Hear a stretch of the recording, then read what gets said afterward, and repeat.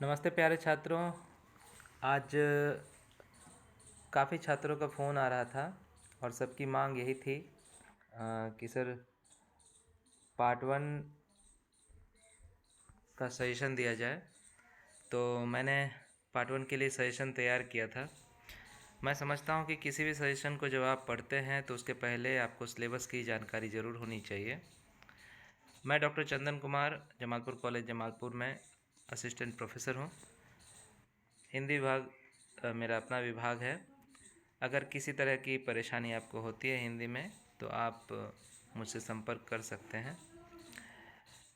तो सबसे पहले मैं सलाह दूंगा आपको कि आपके पास जो सिलेबस है उसका आप ज़रूर अध्ययन करें, क्योंकि बिना सिलेबस को देखे आप अच्छा नहीं कर सकते हैं। सिलेबस में भी बहुत ऐसे बिंदु हैं जिससे सवाल आते हैं, तो हमें आज वो देखना है कि ऐसे कौन कौन से पहलू हो सकते हैं सिलेबस के जिससे सवाल आ सकते हैं। तो ये हिंदी प्रतिष्ठा है, हिंदी प्रतिष्ठा लिखा हुआ है यहाँ पर। इसका प्रथम पत्र आपके बगल में लिखा हुआ है। तो आप देखेंगे कि 100 अंक का है पहला पत्र, और अंक विभाजन भी इसमें है कि 4 दीर्घ उत्तरीय प्रश्न आएंगे आपको प्रत्येक खंड से, और 5 लघु उत्तरीय प्रश्न रहेंगे 4-4 नंबर के। 4 जो दीर्घ उत्तरीय रहेंगे वो 15 अंक के होंगे प्रत्येक, और फिर 20 वस्तुनिष्ठ या फिर जो सूक्ष्म प्रश्न हैं, प्रश्नोत्तर हैं, वो रहेंगे।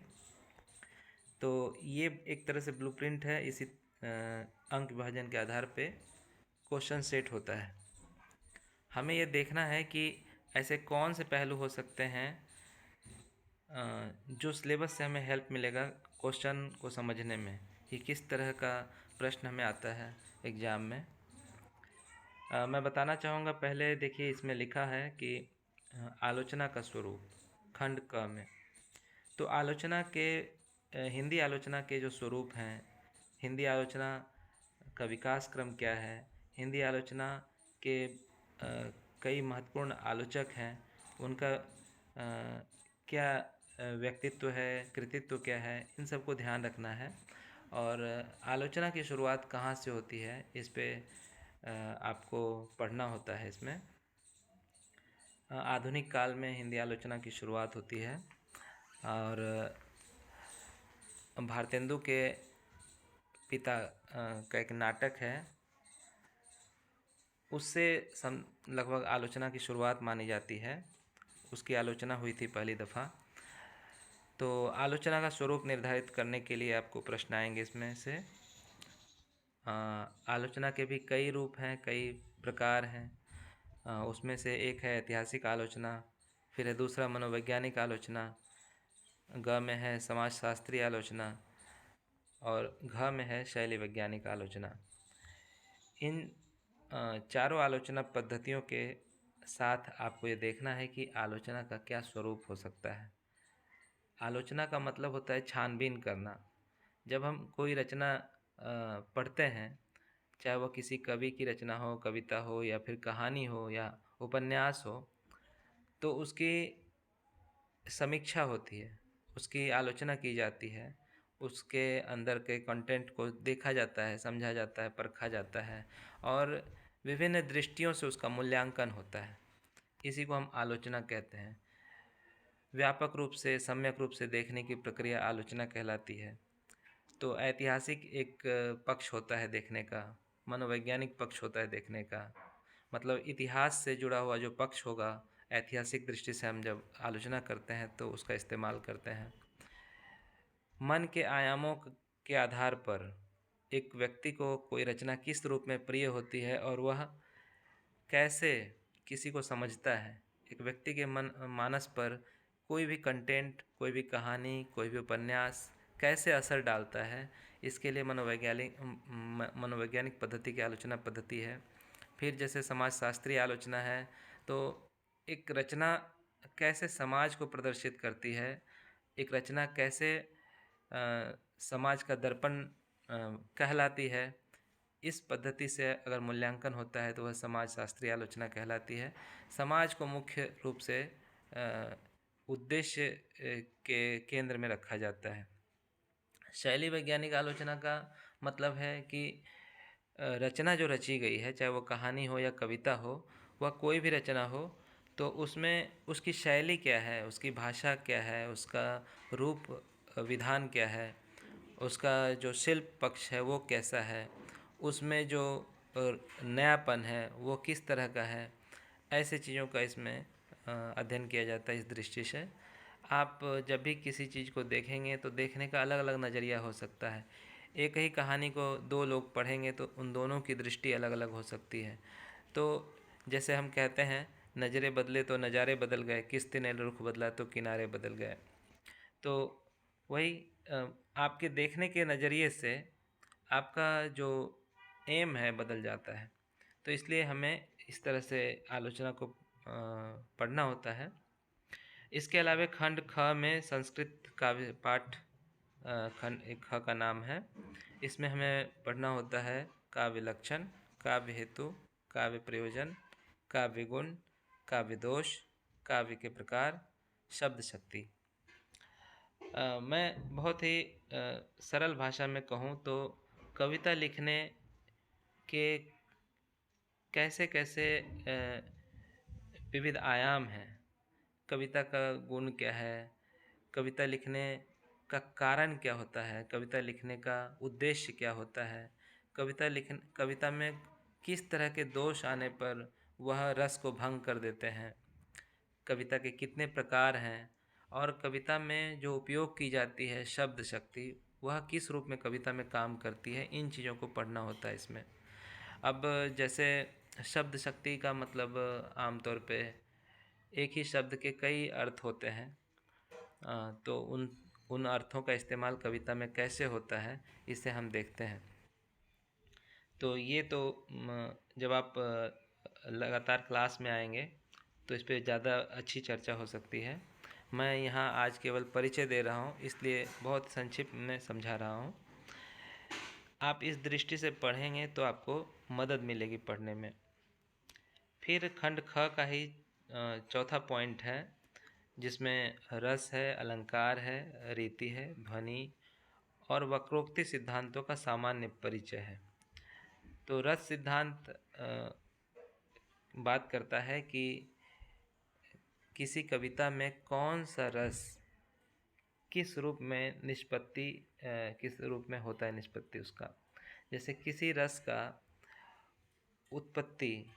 की उत्पत्ति किसी रचना में कैसे समझ में आती है, उसका आलंबन क्या है, अनुभव उसके क्या हैं, विभाव क्या हैं, इस पक्ष से रस का हम मूल्यांकन करते हैं किसी कविता में।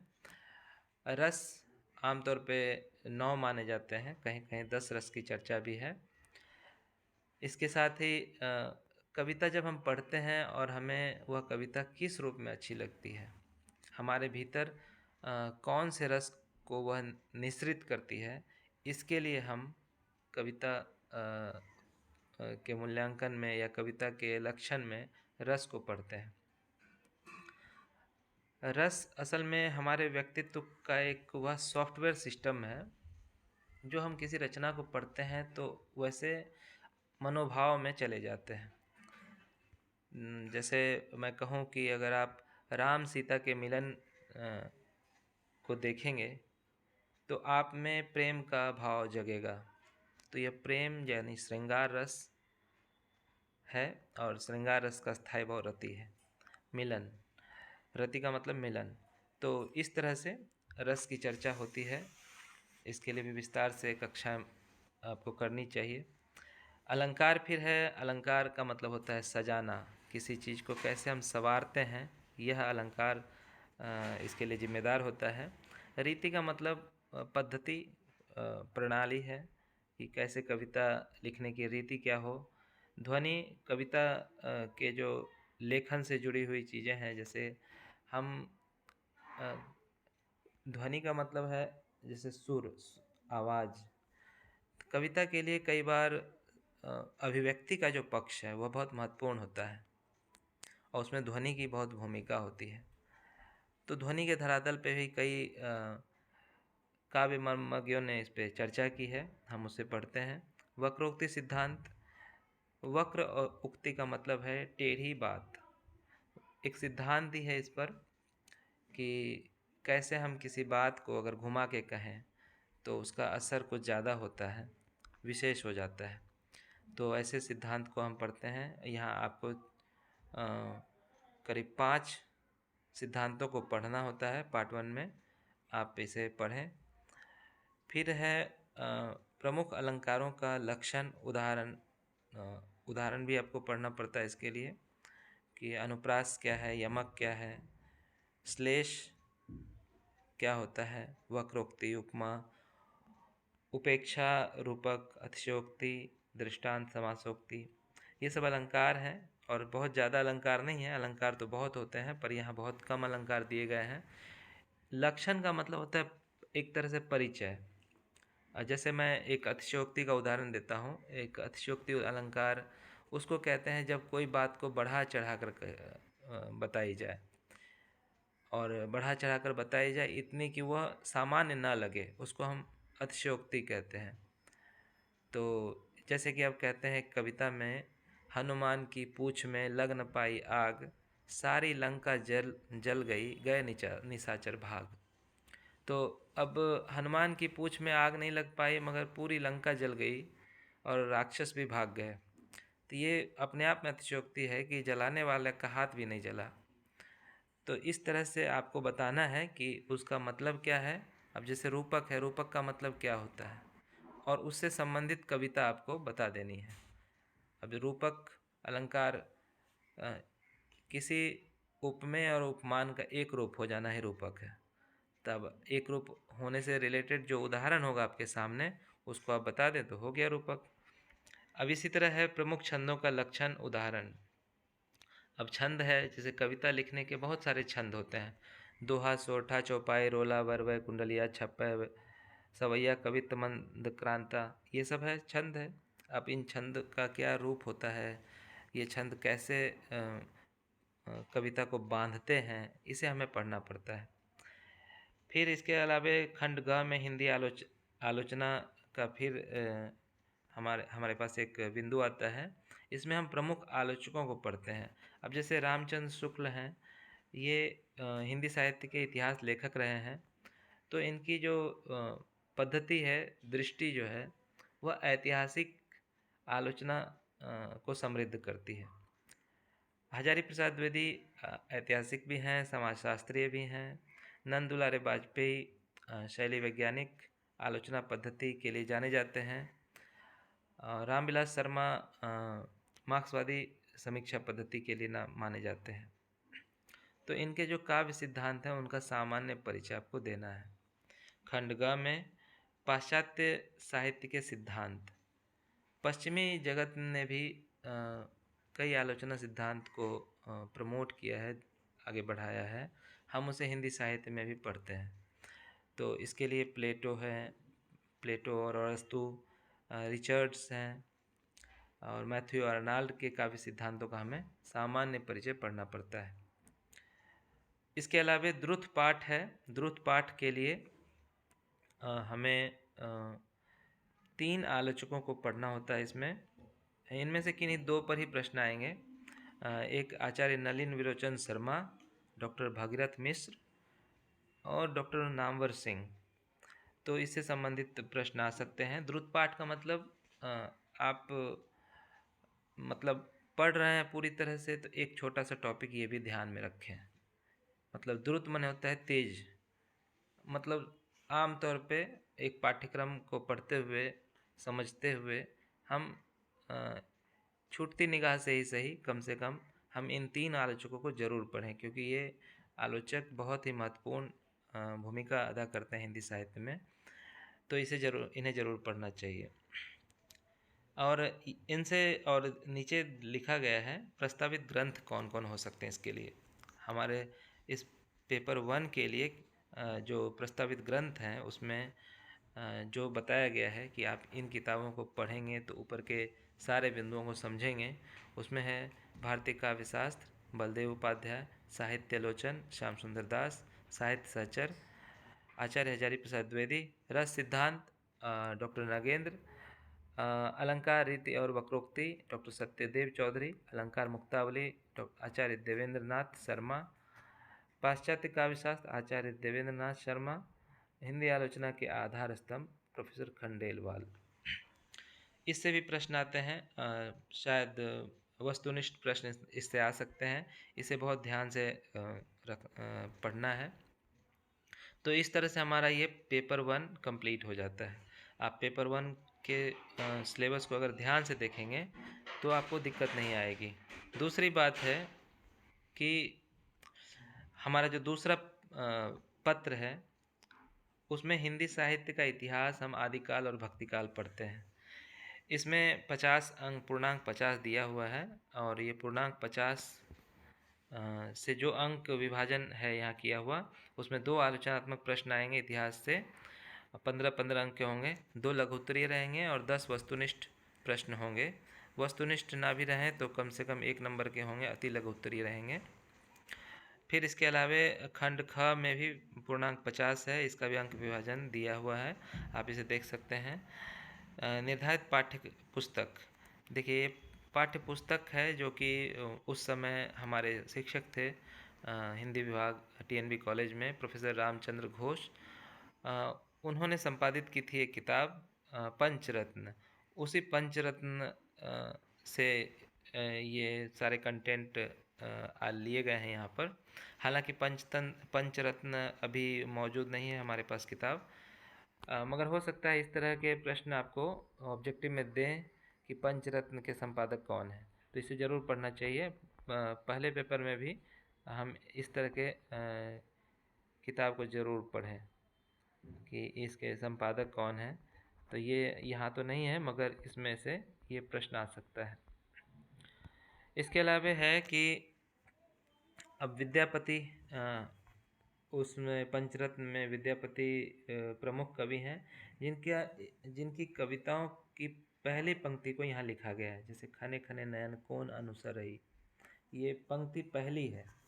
फिर एक दूसरी कविता है उन विद्यापति की, ए सखी पैरवी से एक अनत्य, ये दूसरी कविता है उनकी। फिर है तीसरी कविता सरस वसंत समय भल पाउल। अगली कविता है कत सुख सार पाउल तू तीरे, गंगा वंदना पे है। फिर अगली कविता है विद्यापति की माधव फल तरव बढ़ाई। तो ये है विद्यापति की रचनाओं में, हमें उनकी 5 रचनाओं को पढ़ना ही पढ़ना है। इसके अलावे सूरदास की कविताओं को पढ़ना है और कौन कौन से पद पढ़ने हैं सूरदास के, वो उसके पहली पंक्तियों को यहाँ लिखा गया है। जैसे पहले करी प्रणाम नंद सो, तो कहियो नंद कठोर भय, दूसरी कविता का पद है, दूसरा पद है असल में। तवहीं उपनगसुत आए गए, एक तीसरी रचना है सूरदास की। अगली रचना है हरि गोकुल की प्रीति चलाई। फिर अगली रचना है जदुपति लख्यो तेहि मुस्कात, सखा सुनो मेरी एक बात, उदत वेगी ही व्रज लगहूँ, पथिक संदेशो कहियो जाए, नीके रहियो जसुमती मैया। ये इतने पद हम सूरदास की तमाम रचनाओं के बीच से उठा कर पढ़ते हैं। हमारे पास पंचरत्न मौजूद नहीं है, नहीं तो ठीक से कंटेंट हमारे पास होता, मगर आप अगर इन सारी पंक्तियों को गूगल पे लिखेंगे तो उसमें से सूरदास की रचना सामने आ जाएगी। तो आप खोजेंगे तो ज़रूर आपको मिलेगा। अब जैसे गूगल पे लिखना है पहले करी प्रणाम नंद सो, तो पहले करी प्रणाम नंद सो पे गूगल खोज के आपको देगा, तो सूरदास का ये पद आ जाएगा वहाँ। फिर इसके अलावा कबीर को हमें पढ़ना होता है। तीसरे कवि कबीर हैं और कबीर को पढ़ते हुए हम लोग उनकी कई रचनाओं को पढ़ते हैं। उसमें कुछ पद हैं जो उलटमासी भी है एक, जैसे एक फिर दोहे हैं, दोहे को पढ़ना है हमें।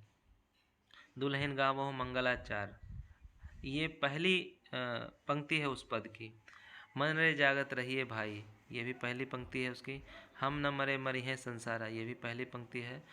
हरि जननी मैं बालक तेरा, ये भी पंक्ति है। हरि बिन झूठे सब व्यवहार। कबीर के पद कंप्लीट हो जाते हैं इतना पढ़ते हुए। अगर इसकी कोई पंक्ति आप लिखते हैं गूगल पे तो आपको ये पद गूगल पे मिल जाएगा। दोहा है फिर कबीर का, जो दोहा में पढ़ना होता है वो उसका पहला पंक्ति यहाँ दिया हुआ है हमें। कबीरा यह घर प्रेम का खाला का घर नाई।